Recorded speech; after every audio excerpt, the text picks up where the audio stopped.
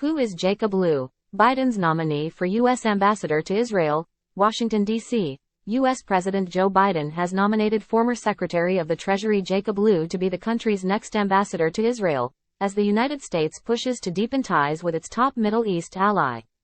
Time equals 400 Ms. greater than the White House announced Lew's nomination on Tuesday, months after Tom Nides, the former envoy to Israel, resigned from his post. Lew still needs to be confirmed in the Democratic-controlled Senate, where Republican lawmakers have been using procedural hurdles to delay and block the Biden administration's diplomatic nominees. Today, President Joe Biden announced his intent to nominate Jacob J Lew to serve as Ambassador Extraordinary and Plenipotentiary to the State of Israel, the White House said in a statement. Lew, who held senior government positions in the administrations of Democratic Presidents Bill Clinton and Barack Obama, has been an outspoken supporter of Israel.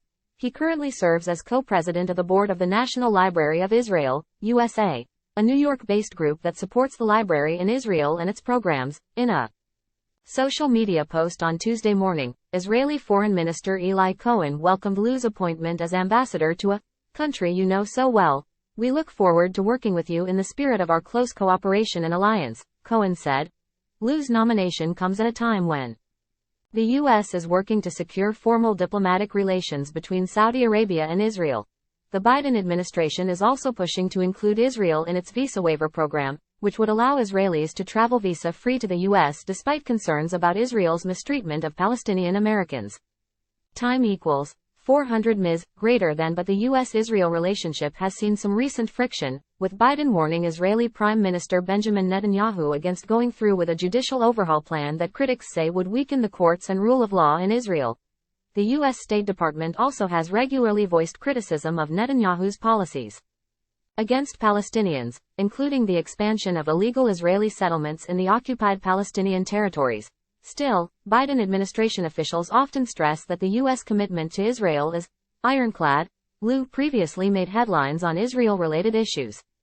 Time equals 400 Ms. greater than in 2015. He was booed by pro-Israel supporters during a Jerusalem Post conference in New York for defending the Iran nuclear deal, which saw Tehran scale back its nuclear program in exchange for a lifting of sanctions against its economy.